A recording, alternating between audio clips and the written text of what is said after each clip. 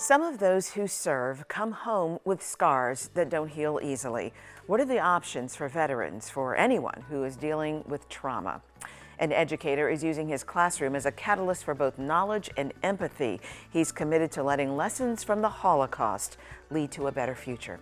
And sometimes the ties that bind us together are strings that sing with hope. This is VPM News Focal Point.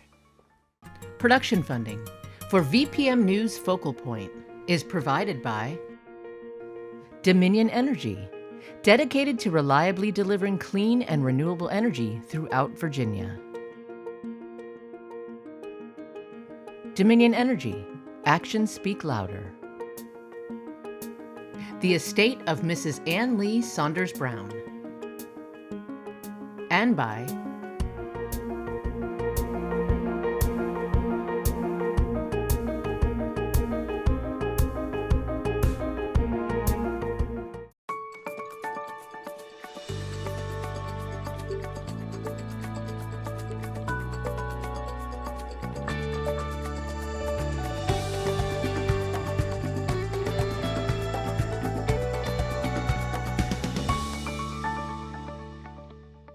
Welcome to another edition of VPM News Focal Point. I'm Angie Miles. Today we're talking about trauma and how to heal it. First, though, a snapshot of news from around Virginia. Arlington County has given Amazon clearance to build a 350-foot helix-shaped tower surrounded by a swirling walkable ramp. The structure will house Amazon's Arlington headquarters and provide office space for 25,000 people. Upon completion in 2025, the space will be open to the public on weekends. In Richmond, legislators met this week to finalize the state budget. They're trying to close a $3 billion gap between the House and Senate proposed spending plans. Tax cuts are a key item of discussion. State law requires a final budget by June 30th. In Hampton, NASA's Langley Research Center has unveiled a new facility boasting 40 high-tech laboratories where scientists will develop and test new LIDAR instruments, which relay information about the Earth's atmosphere. In Charlottesville, the University of Virginia's Athletics Foundation has received the largest single gift in its history, a bequest of $40 million. A former student athlete pledged the funds anonymously. The money will likely support the school's major athletics overhaul plan. In Spotsylvania, local middle schoolers beefed up their cybersecurity skills at Spotsy Hacks, a free cyber camp led by Spotsylvania high school students. Cybersecurity is one of the fastest growing job markets in the country. Find more local and national stories at vpm.org/focalpoint. Mental health professionals have indicated that the COVID-19 pandemic and the war in Ukraine have been trauma triggering for many people, including veterans. As they seek help, some veterans are finding relief in a form of therapy called EMDR. Arcairis Manzanares explains. Not everything that I did while I was in the military was peaches and creams, so to speak.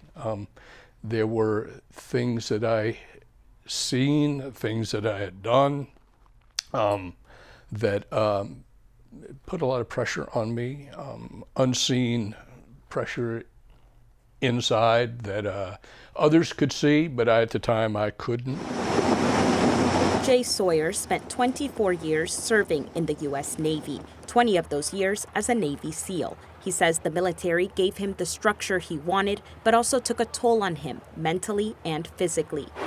Sawyer says since his retirement, he's been coping with post-traumatic stress disorder, also known as PTSD. Personally, drawing into myself, being a recluse, not wanting to be around people, probably drinking a little bit more than I should have. But the biggest thing is I didn't want to be around anybody. I didn't want to go to 7-Eleven. While seeking help, Sawyer met Kelly Andrews of Military Integrative Services in Virginia Beach. She told him about EMDR. EMDR stands for Eye Movement Desensitization and Reprocessing.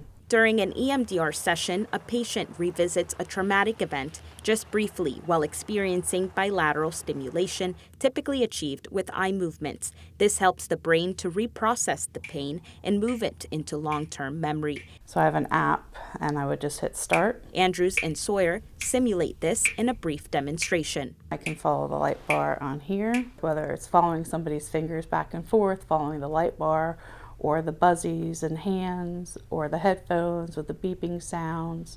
That bilateral stimulus essentially helps let the brain process in that natural way. Sawyer says EMDR therapy is like running a race. He says it can get hard, but it's also calming.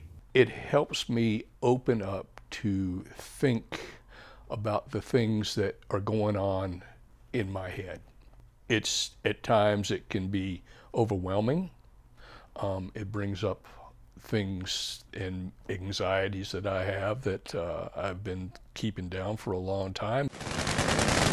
Sawyer says the stigma surrounding PTSD in the military kept him away from therapy, but now he's seeing changes with EMDR. It was one of those things you just kept to yourself and you just didn't talk about because you were worried how it was going to affect you further down the road, whether it be in the military or whether it be out in private sector. Andrew says EMDR is the magic wand of therapy. Not only is it faster, but it's more successful in treating veterans because it goes to the brain level. And so veterans, don't have to tell their traumas in great detail. Any kind of traumatic experience, they don't have to tell in great detail. They don't even have to tell me. Sawyer says it takes strength to seek therapy, but when it betters who you are, it's worth it. No mission can be accomplished single-handedly. It takes not only the people that are with you, but the people in the rear who have supported you, that get you the information, get you the weapons, get you to that particular point. So it has to be a combination of people. You cannot do anything by yourself. You can't. So therapy is no different. Sean, you're all clear. Reporting for VPM News Focal Point, I'm Kairos Manzanares. Many VA medical centers offer EMDR and other therapies to treat PTSD. EMDR can be helpful to anyone dealing with trauma, and many practitioners do offer it as a treatment option. Now I'd like you to meet Tiffany Abdullah. She's a licensed counselor and a certified clinical trauma professional with more than 15 years experience in the mental health field. Thank you for joining us today. Thank you for having me. We talk about trauma, we hear about trauma, but what is it really? Yeah, so trauma is psychological distress experienced following a life-altering event. So that could be anything from war, that could be violence in the community, it could be natural disaster, it could be from a lot of different situations that people experience. And hopefully when people experience trauma, they have the support, they have the resources to process it in a healthy way. But if it doesn't get processed, that can become PTSD, right? Certainly. So post-traumatic stress disorder can be experienced if you have witnessed, experienced, or even heard of traumatic experience. So you may notice that you have changes in your mood, your sleep patterns, your eating.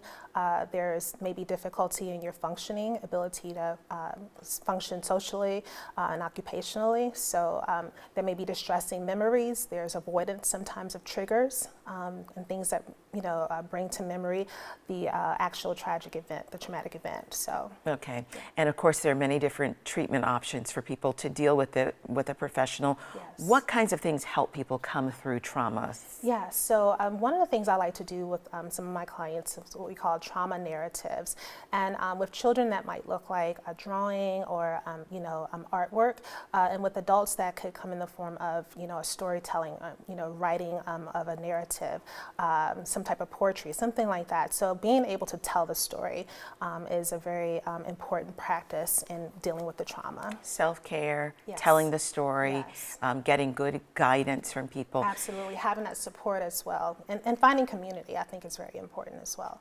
And are there people you think who may be engaged in less than healthy behaviors, maybe habitually, who are experiencing the after effects of trauma without realizing that they've been traumatized. Absolutely. So there are a number of experiences that many adults have experienced as a child, and they bring that into their adulthood, not realizing that a lot of that is unresolved trauma that they haven't dealt with. And so if not properly dealt with and acknowledged, then they could kind of re-experience those things in their adult life. So things like poverty, Yes. family breakup, Jail, a parent or a family member that's in prison, a caregiver that's in prison, being in a home that was not nurturing. Right. All of those things could be traumatic for a child. but there are resources available, including Yes. professionals. And thank you so much for joining Yeah. us to talk Yeah, you're about this. welcome.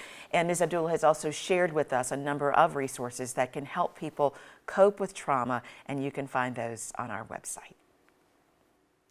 For today's People of Virginia segment, we asked how might society change if we put more collective focus on preventing and healing trauma? What can our leaders do to help us heal? Watch these responses. Make sure that there is help and not just for those maybe a week or month, because trauma doesn't end that soon. It needs continuous support. I think there needs to be more done with how it's affecting us today versus what happened in the past. Those of us who experience it firsthand need the surrounding community to address that as something that affects everyone, not just the individual themselves. As always, we appreciate your thoughts and story ideas, and we invite you to share more on our website, vpm.org/focalpoint.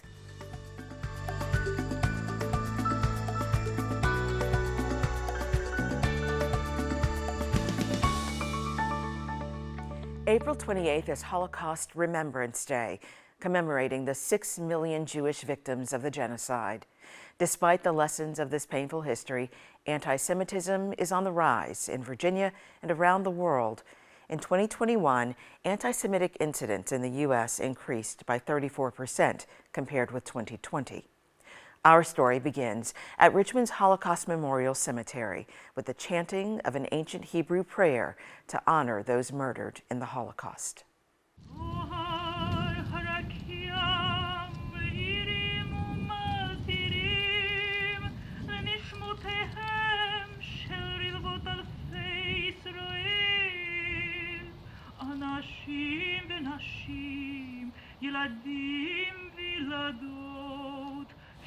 We have a twofold mission at this oldest Holocaust memorial site in North America: to teach about the Holocaust and to remember our murdered families who perished in Europe for their faith.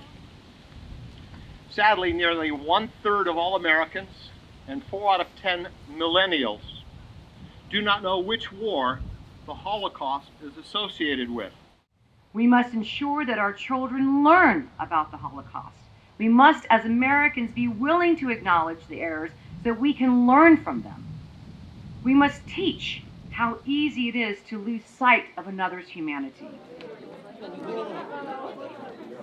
What I love about being a history teacher is that I can tell stories, but notably telling stories for those folks that we normally don't hear about. Hashim Davis teaches history at Albemarle High School in Charlottesville. The school is located just a few miles from the epicenter of the Unite the Right rally in 2017, where white supremacists and neo-Nazis marched with weapons and burning torches, shouting, "Jews will not replace us."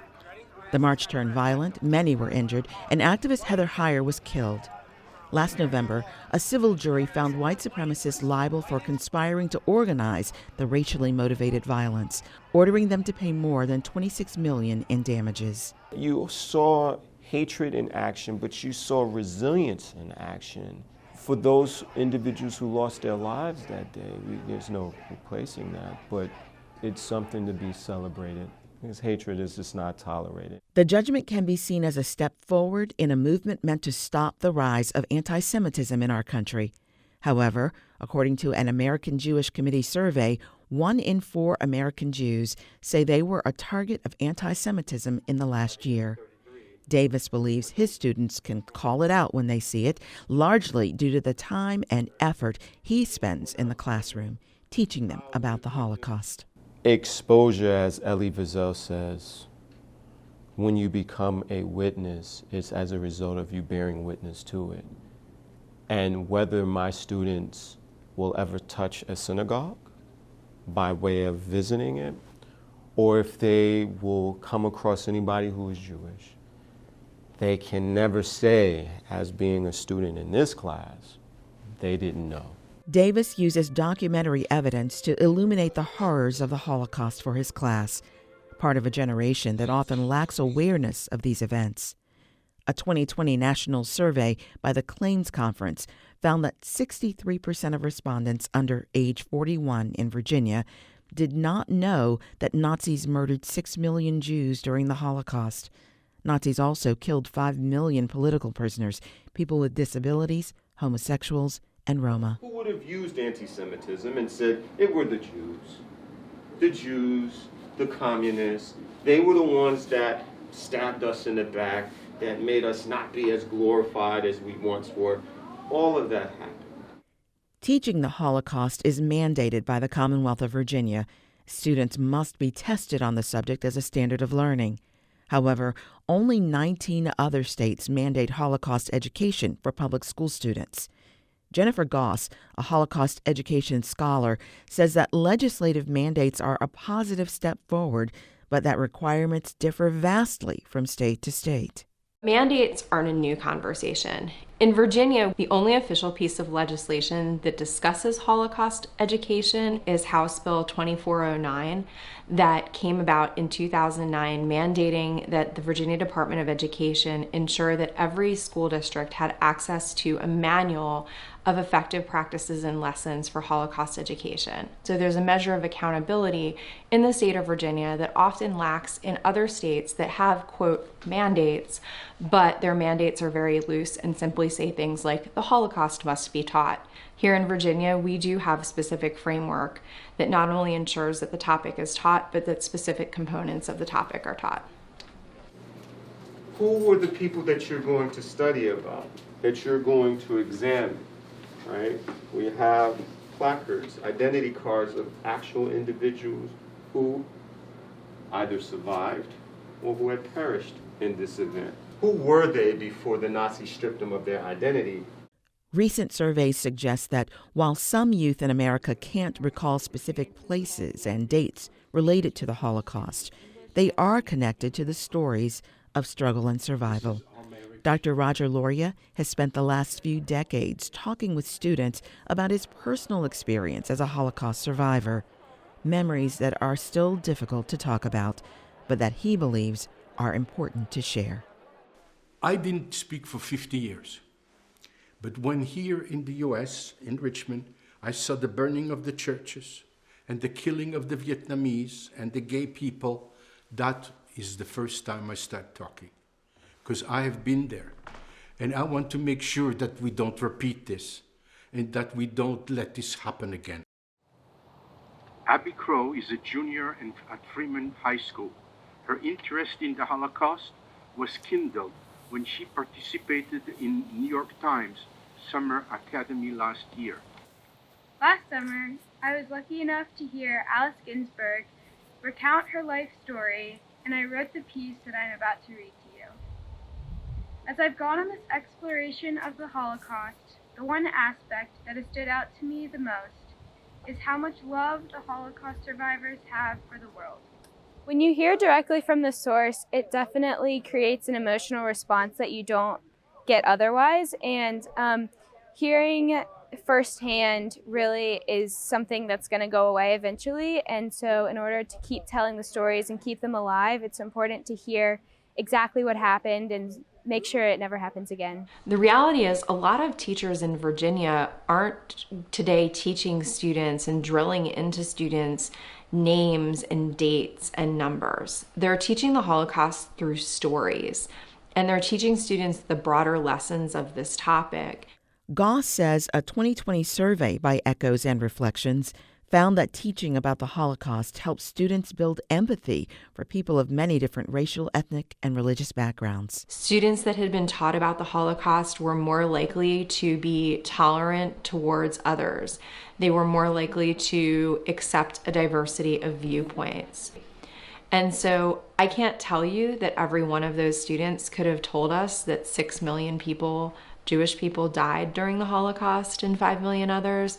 But what I can tell you definitively is that those students are equipped with skills that are going to help them go out and be productive and engaged citizens in our society.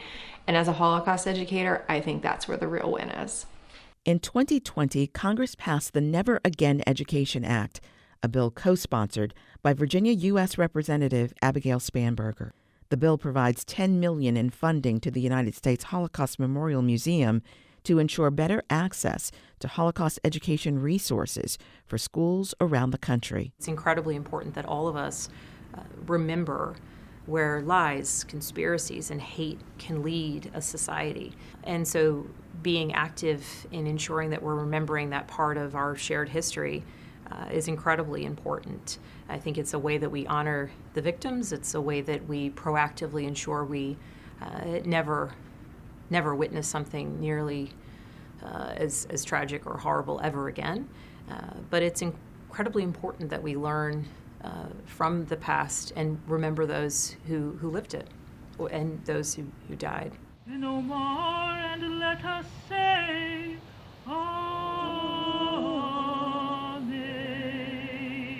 Anti-Semitism is serious.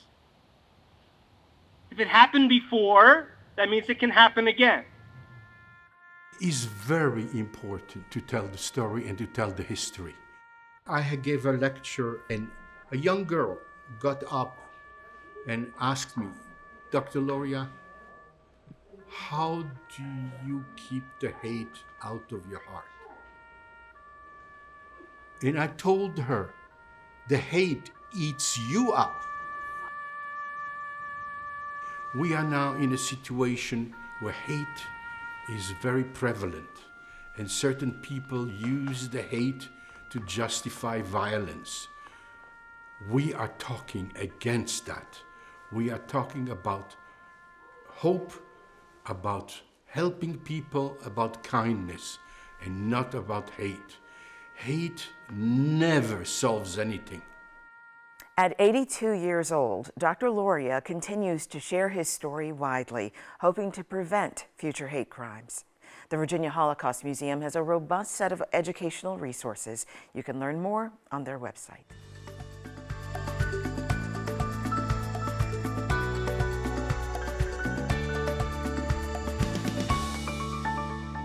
We close with a story about the healing power of music. The Violins of Hope exhibit includes 50 restored violins and cellos, once played by Jewish musicians during the Holocaust. Last fall, the exhibit traveled to Roanoke, Richmond, and Newport News. Musicians from the Richmond Symphony Orchestra played those instruments in concerts, raising awareness about injustice, survival, and resilience.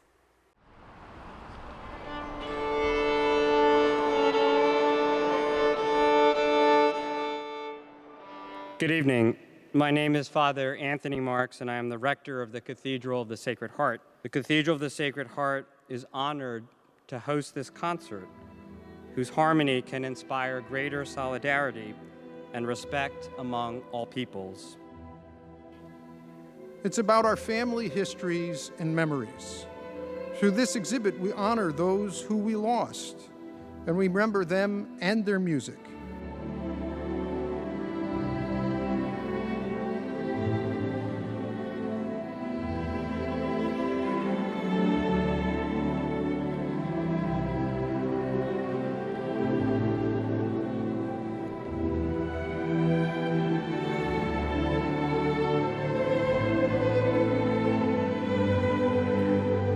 It allows us to learn from the past. It also allows us to understand our present, and hopefully it allows us to plan for a better future that includes everyone.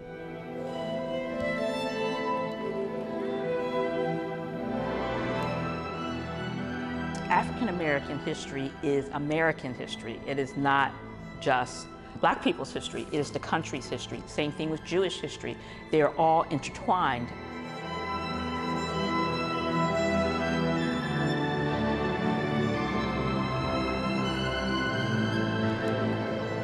Unfortunately, from the tens of thousands probably of instruments which were used during the war in the camps, the vast majority is gone. This is the sound and the music that some of those people had the chance to play. Some of them survived, some unfortunately didn't. This exhibit is one of those things where we stand together and we talk about injustice, we talk about hatred, and we say, no, we have to stop it. We have to be a beacon of hope, as in a violin of hope, to bring people together and stand up for what's right.